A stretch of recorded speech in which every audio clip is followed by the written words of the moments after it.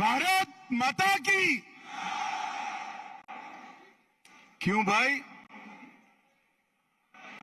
बंगाल के मंडल पदाधिकारियों की आवाज को क्या हो गया है? बंगाल में भाजपा सरकार बनानी है या नहीं बनानी है? घुसपैठ रोकनी है या नहीं रोकनी है? भ्रष्टाचार समाप्त करना है या नहीं करना है? हिंदुओं का पलायन रोकना है या नहीं रोकना है? तो ऐसी आवाज नहीं चलेगी। मेरे साथ दोनों हाथ उठाइए, दोनों हाथ उठाइए। विजय के संकल्प की मुट्ठी भींचिए और प्रचंड आवाज से बोलिए, भारत माता की, भारत माता की जय श्री राम, जय जय श्री राम। मंच पर उपस्थित पश्चिम बंगाल भारतीय जनता पार्टी के सम्माननीय अध्यक्ष श्रीमान सुकांतो मजमूदार जी, मेरे मित्र और बंगाल विधानसभा में जिनके खड़े होते ही दीदी को डर लगता है, ऐसे हमारे विपक्ष के नेता शुभेंदु अधिकारी जी, हमारे राष्ट्रीय महासचिव श्री सुनील बंसल जी, हमारे प्रभारी मंगल पांडे जी, सह प्रभारी अमित मालविया जी, बैठे हुए सारे मंत्रीगण, विधायकगण, सांसदगण और बंगाल के कोने कोने से आए हुए मेरे प्यारे कार्यकर्ता भाइयों बहनों, आप सभी को मेरा नमस्कार प्रणाम। सबसे पहले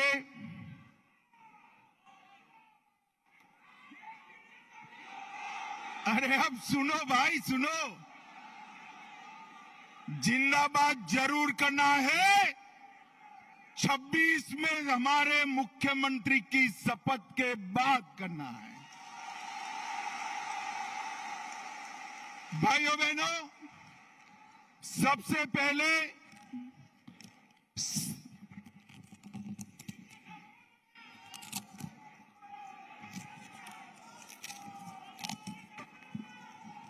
थोड़ा दूर है।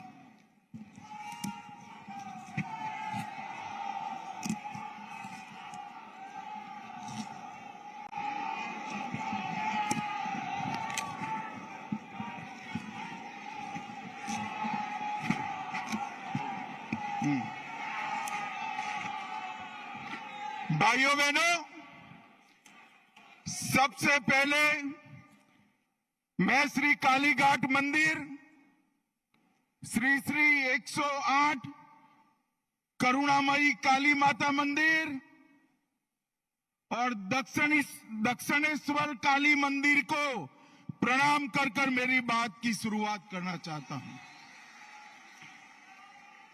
मैं जब ये बंगाल की वीर भूमि पर, संस्कार भूमि पर आया हूं, तब कवि गुरु टैगोर जी, स्वामी विवेकानंद जी, रामकृष्ण परमहंस जी, नेताजी सुभाष चंद्र बोस और हमारी पार्टी के स्थापक स्वर्गीय श्यामा प्रसाद मुखर्जी को प्रणाम कर कर मेरी बात की शुरुआत करता हूं। वंदे मातरम के रचयिता महान बंकिम चंद्र चट्टोपाध्याय की ये भूमि, जिस भूमि ने सालों तक पूरे भारत का मार्गदर्शन करने का काम किया, चाहे ज्ञान हो, विज्ञान हो, धर्म हो, स्वतंत्रता संग्राम हो, हर क्षेत्र में सालों तक बंगाल ने भारत का नेतृत्व करा और वही बंगाल में कई सालों तक कम्युनिस्टों का शासन रहा और उसके बाद मां माटी मानुष का नारा देकर ममता दीदी आई और उन्होंने ये महान बंग भूमि को आज घुसपैठ, भ्रष्टाचार, स्त्रियों पर अत्याचार, अपराध, बम धमाके और हिंदुओं के साथ दुराचार का केंद्र बनाकर रख दिया है। दुराचार का केंद्र बना। भाइयों बहनों, यही बंगाल में चुनावी हिंसा सेशन के बाद, जब टीआर सेशन सीईसी बने उसके बाद पूरे देश में चुनावी हिंसा बंद हो गई। मगर ये बंगाल है जिसमें चुनाव के वक्त और दीदी को विजय मिलने के बाद सैकड़ों भारतीय जनता पार्टी के कार्यकर्ताओं को मौत के घाट उतार दिया जाता है। दीदी, कब तक बचाओगी उनको? मेरी बात सुन लो, आपका समय अब समाप्त हो गया है। 26 में भारतीय जनता पार्टी की सरकार बनने वाली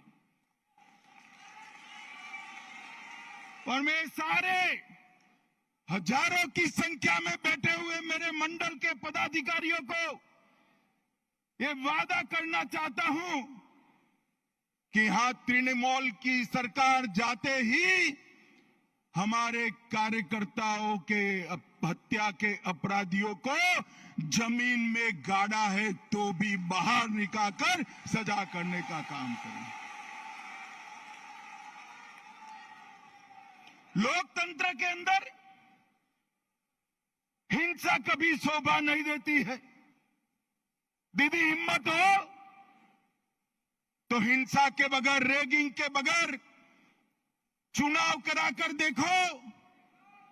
आपकी खुद की जमानत ये बंगाल की जनता जब्त कर लेगी। और भाइयों बहनों, वोट बैंक की तुष्टीकरण ने वोट बैंक के लिए पतन की सीमा ये ममता बनर्जी ने पार कर दी। अभी कुछ दिन पहले पहलगांव में पाक प्रेरित आतंकवादियों ने हमारे निर्दोष नागरिकों को, यात्रिकों को धर्म पूछ कर परिवार के सामने मार दिया। मुझे बताओ बंगाल वालों, वो पाक प्रेरित आतंकवादियों को सजा देनी चाहिए या नहीं देनी चाहिए? अरे जोर से बोलो, देनी चाहिए या नहीं देनी चाहिए? मोदी जी ने ऑपरेशन सिंदूर किया, ठीक किया या नहीं किया? भाइयों बहनों, हमने सर्जिकल स्ट्राइक करी, एयर स्ट्राइक करी और अब ऑपरेशन सिंदूर कर 100 किलोमीटर अंदर जाकर उनके हेडक्वार्टर को ध्वस्त कर दिया। सैकड़ों आतंकवादी मौत के घाट उतार दिए गए और दीदी के पेट में दर्द होता है। दीदी, इतना दर्द बंगाल का यात्री जब वहां मारे गए तब किया होता तो ठीक था। उस वक्त कुछ नहीं बोला और मोदी जी ऑपरेशन सिंदूर कर यहां आए तो एक घटिया सा राजनीतिक बयान देकर ऑपरेशन सिंदूर का विरोध किया। मैं आज ममता दीदी को कहने आया हूं आपने ऑपरेशन सिंदूर का विरोध नहीं किया। आपने इस देश की करोड़ों माताओं बहनों की भावनाओं के साथ खिलवाड़ किया है, खिलवाड़ किया।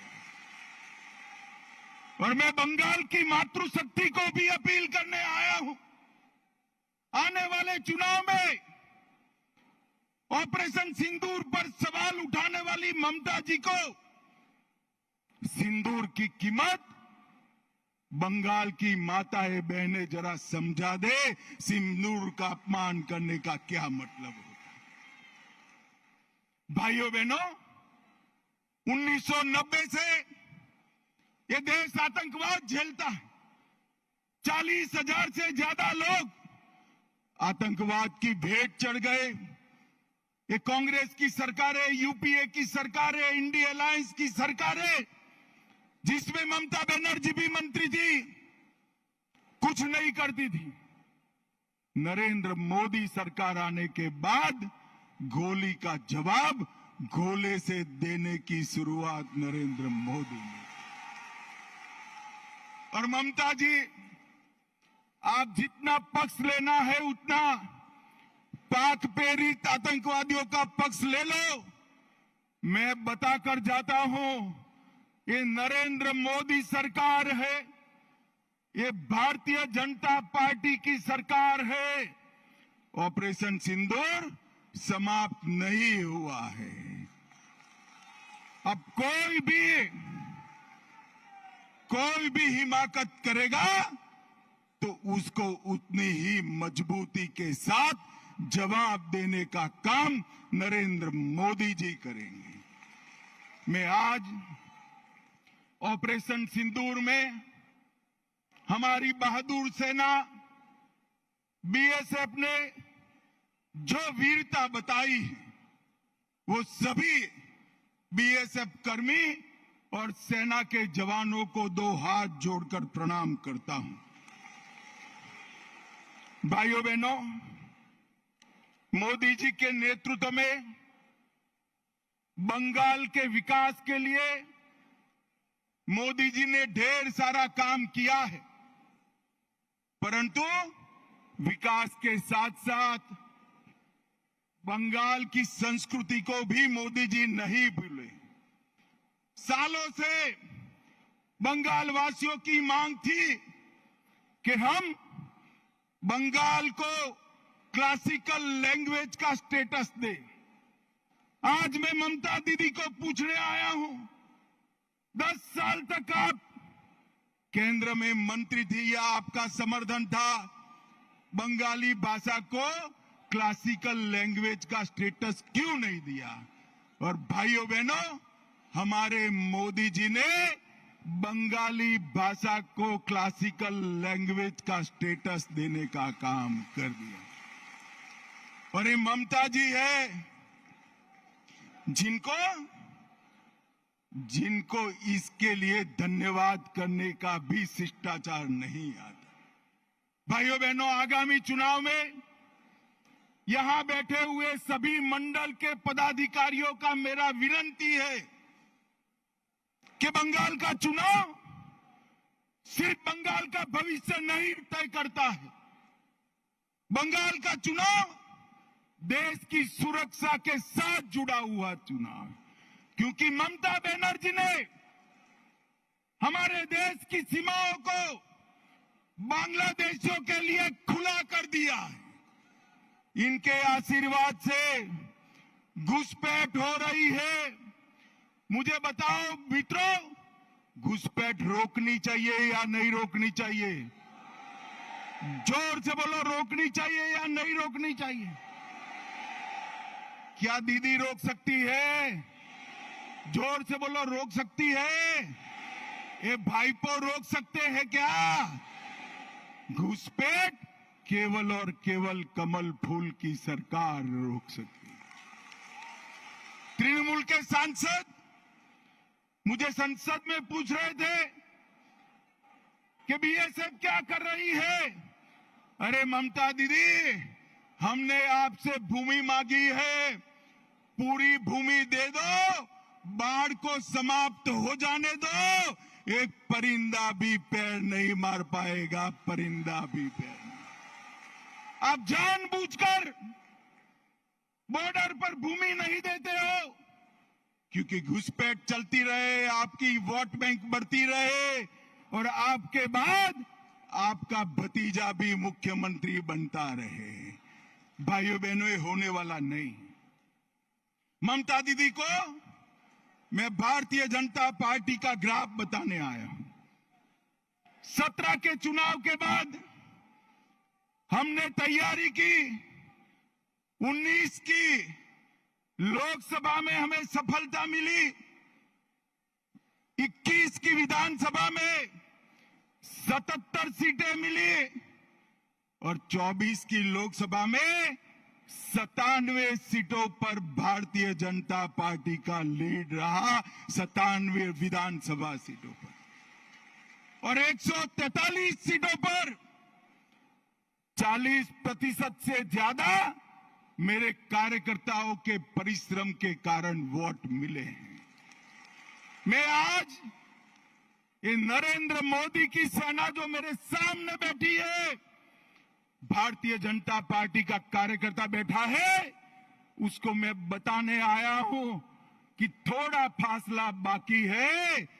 आप 40% तो क्रॉस कर गए हो, 4-5% आगे बढ़ना है, 4-5। और अगले चुनाव में हमारी सरकार बनने जा रही। भाइयों बहनों, मैं आपको विश्वास दिलाता हूं, 17 में मैं पार्टी का अध्यक्ष था, तब मैंने कहा था यहां हमारी सरकार बनेगी और आज वो दिन नजदीक आ गया है। 26 तक दिन रात एक कर हर एक बंगाल के मतदाता के पास जाइए और नरेंद्र मोदी का और भारतीय जनता पार्टी का संदेश लेकर जाइए। पूरा देश चाहता है कि यहां देशभक्तों की सरकार बने, तुष्टीकरण वालों की सरकार न बने। ये ममता दीदी ने सोनार बांग्ला का स्वप्न तहस नहस कर दिया। भ्रष्टाचार, घुसपैठ, महिलाओं पर अत्याचार, हिंदुओं के साथ अन्याय, इससे इनकी राजनीति चलती है। भाइयों बहनों, ये ममता दीदी ने इनके शासन में एसएससी भर्ती घोटाला हुआ, पशु तस्करी घोटाला हुआ, डियर लॉटरी का घोटाला हुआ, कोयला घोटाला हुआ, मनरेगा घोटाला हुआ, प्रधानमंत्री आवास में घोटाला हुआ, राशन घोटाला हुआ, मिड डे मील में घोटाला हुआ, केंद्र के फंड हड़प कर लिए गए, नगर पालिका भर्ती घोटाला हुआ, गोरखालैंड टेरिटोरियल एडमिनिस्ट्रेशन का घोटाला हुआ, गाय की तस्करी का घोटाला हुआ। हजारों करोड़ रुपया बंगाल की जनता का ये तृणमूल कांग्रेस की सिंडिकेट को भेंट चढ़ गया। मैं आज सभी कार्यकर्ताओं को पूछने आया हूं, ये पैसा सिंडिकेट का है या बंगाल की गरीब जनता का है? मुझे बताइए, ये सिंडिकेट का है क्या? जोर से बोलिए, सिंडिकेट का पैसा है। मोदी जी जो पैसा भेजते हैं, सिंडिकेट की भेंट चढ़ना चाहिए क्या? ये पैसे पर अधिकार बंगाल की महिला का है, माता का है, बेटी का है, बंगाल के गरीब का है, बंगाल के युवा का है। कलकत्ता के बाजार में युवाओं की नौकरी बिकती है, इनके घर से इतना पैसा पकड़ा जाता है कि गिनने में 27 मशीन थक जाते हैं, मगर पैसा खत्म नहीं होता है। भाइयों बहनों, इस सिलसिले को बंद करना पड़ेगा। मुर्शिदाबाद में अभी हिंसा हुई, हमारा गृह मंत्रालय कहते कहते थक गया। कि बीएसएफ को बुला लीजिए, हम नहीं बुलाएंगे, क्योंकि बीएसएफ आती तो हिंदुओं की रक्षा करती। फिर हमारे कार्यकर्ता हाई कोर्ट गए, हाई कोर्ट के ऑर्डर पर बीएसएफ आई और हिंदुओं को बचाने का काम किया। ममता जी, आपके नेताओं ने वो बीएसएफ को गाली बोला और आपके नेता वहां खड़ा रहकर दंगाइयों की हौसला अफजाई करते हुए, मुझे कहने में कोई झिझक नहीं है, जिस प्रकार से बंगाल सरकार के मंत्री इस दंगों में शामिल थे, ये स्टेट स्पॉन्सर दंगा था जिन्होंने हिंदुओं को अन्याय किया है। भाइयों बहनों, बेलडांगा में कार्तिक पूजा के दौरान हमला हुआ, सरस्वती पूजा पर हमला हुआ, क्योंकि मुहर्रम निकाल दिया जाए। भाइयों बहनों, मुस्लिम तुष्टीकरण की सभी सीमाएं ममता दीदी लांघ गई। मुझे बताओ भाइयों बहनों, मन से बताना, मोदी जी जो वक्फ का कानून लाए हैं वो अच्छा है या नहीं है? जोर से बोलो, अच्छा है या नहीं है? बंगाल की जमीन, बंगाल की सरकार की जमीन वक्फ की भेंट चढ़नी चाहिए क्या? जोर से बोलो, चढ़नी चाहिए। ममता दीदी, वक्फ के कानून का विरोध कर कर आप किसका पक्ष ले रहे हो? पूरा बंगाल चाहता है कि वक्फ अच्छे से चले, पारदर्शिता आए, निर्दोषों की भूमि न जाए, सरकार की भूमि पर अतिक्रमण न हो, मगर ये वक्फ का विरोध कर रही है। ममता दीदी, 2026 तक कर दो, जितना विरोध करना है उतना, उसके बाद आप मुख्यमंत्री ही नहीं रहो। भाइयों बहनों, मस्जिदों के इमामों को वेतन देना शुरू किया, कोर्ट ने रुकवा दिया। बांग्लादेशी और रोहिंग्या उनकी मदद से घुसपैठ कर रहे हैं। राम जन्मभूमि के भूमि पूजन के दिन सद्भावना जुलूस के नाम पर नाटक किया। दुर्गा पूजा का विसर्जन पोस्टपोन किया। मुस्लिम कर्मचारियों को रमजान में आधे दिन की छुट्टी दी। केरला स्टोरी पर प्रतिबंध लगाया और हाजी नूरुल इस्लाम को टीएमसी का टिकट दिया। और अंत में सबसे बड़ी बात, मुस्लिम वोट बैंक को खुश करने के लिए ममता दीदी, आपने ऑपरेशन सिंदूर का भी विरोध किया, विरोध की। कार्यकर्ता भाइयों बहनों, मुझे बताइए, ये तुष्टीकरण बंगाल में चलने देना है क्या? जोर से बोलो, चलने देना है क्या? आज संकल्प कर कर जाइए कि 2026 में ये ममता बनर्जी की सरकार को मूल समेत उखाड़ कर हम फेंक देंगे, मूल समेत उखाड़ कर। भाइयों बहनों, एक महिला मुख्यमंत्री के शासन में आरजी कर मेडिकल का मामला होता है। सालों तक संदेश खाली की गरीब माताओं पर अत्याचार होता है और वो अपने वोट बैंक के संजो कर बैठ रही है। मैं ममता दीदी को पूछना चाहता हूं, संदेश खाली का मुख्य अपराधी ममता दीदी किस पार्टी से था? आप लोगों को मालूम है? जरा जोर से बोलना, संदेश खाली का मुख्य अपराधी किस पार्टी से था? जोर से बोलो, किस पार्टी से था? आरजी कार के अपराधी किस पार्टी से जुड़े हुए हैं? और ये महिला मुख्यमंत्री, माताओं बहनों के सम्मान की भी चिंता नहीं।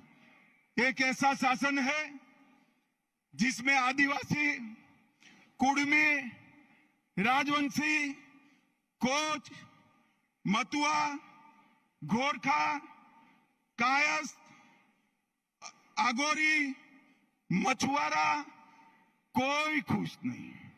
नमोशूद्र भी खुश नहीं है। और अभी अभी उन्होंने गोरखाओं को तो जितना बदला लेना था वो दे दिया, परेशान कर कर कर कोई कमी नहीं छोड़ी। मैं आज गोरखा भाइयों को भरोसा देना चाहता हूं कि भारतीय जनता पार्टी की सरकार में आपके साथ कोई पुलिस केस नहीं होगा, कोई नेता जेल में नहीं जाएगा। और भाइयों बहनों, अभी अभी उन्होंने जिस प्रकार से पूरे हिंदू समाज को प्रताड़ित किया है, मुझे लगता है कि आने वाले दिनों में सबसे प्रचंड बहुमत के साथ, आजादी के बाद सबसे बड़े बहुमत के साथ भारतीय जनता पार्टी की सरकार बने। अंत में एक बात कहना चाहता हूं।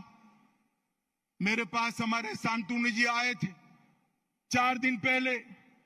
उन्होंने कहा, अमित भाई, सारे हिंदू शरणार्थियों को मतदाता सूची से काटने का नोटिस मिल रहा है। मैंने शांतनु जी को कहा है, डरिए मत, जिसको नोटिस मिले सीए का एप्लीकेशन करा दे, मैं उनको नागरिकता देने का काम करूंगा। ममता की नोटिस से किसी को डरने की जरूरत नहीं है। मोदी जी ने सीए का कानून इसलिए लाया है कि हमारे शरणार्थी भाइयों को मताधिकार मिले, अधिकार मिले।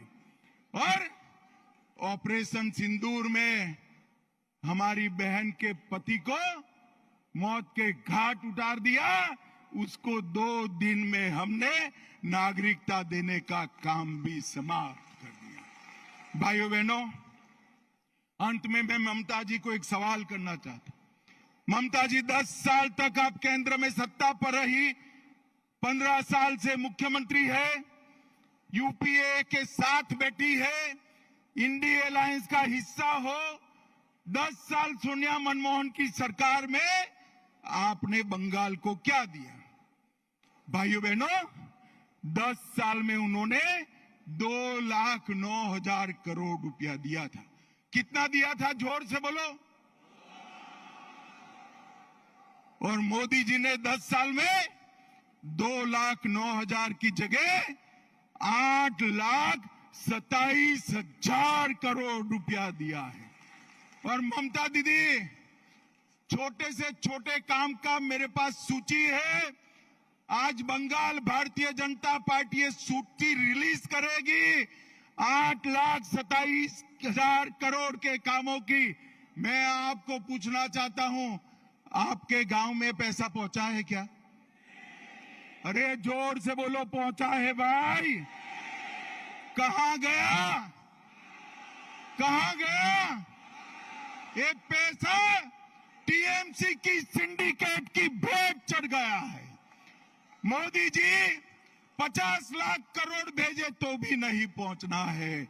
आपको बंगाल की जनता को मोदी जी का पैसा अगर प्राप्त करना है तो कमल फूल की सरकार लानी पड़ेगी, कमल फूल की सरकार। और इसलिए अंत में मैं पूरे बंगाल की जनता को, सभी को 2 हाथ जोड़कर विनती करने आया हूं। देश की सुरक्षा के लिए, घुसपैठ रोकने के लिए, भ्रष्टाचार को हटाने के लिए, माताओं बहनों को सुरक्षित करने के लिए और हिंदुओं को निर्भय करने के लिए यहां कमल के निशान को मौका दो। हमारे मोदी जी को एक मौका दीजिए, एक मौका दीजिए। मुझे बताओ सभी कार्यकर्ताओं, आज से 26 के चुनाव के काउंटिंग तक दिन रात अहर्निश हम काम में लगेंगे क्या? अरे जोर से बोलो, पक्का लगेंगे। हम एकमुश्त एकजुट होकर ममता की सरकार को उखाड़ फेंकेंगे। तो मेरे साथ दोनों हाथ उठाइए, उठाइए दोनों हाथ, विजय के संकल्प की मुट्ठी भींचकर राम का जयकारा लगाइए, जोर से बोलिएगा, जय श्री राम, जय जय श्री राम, वंदे वंदे वंदे। आप सभी को नमस्कार, प्रणाम, धन्यवाद।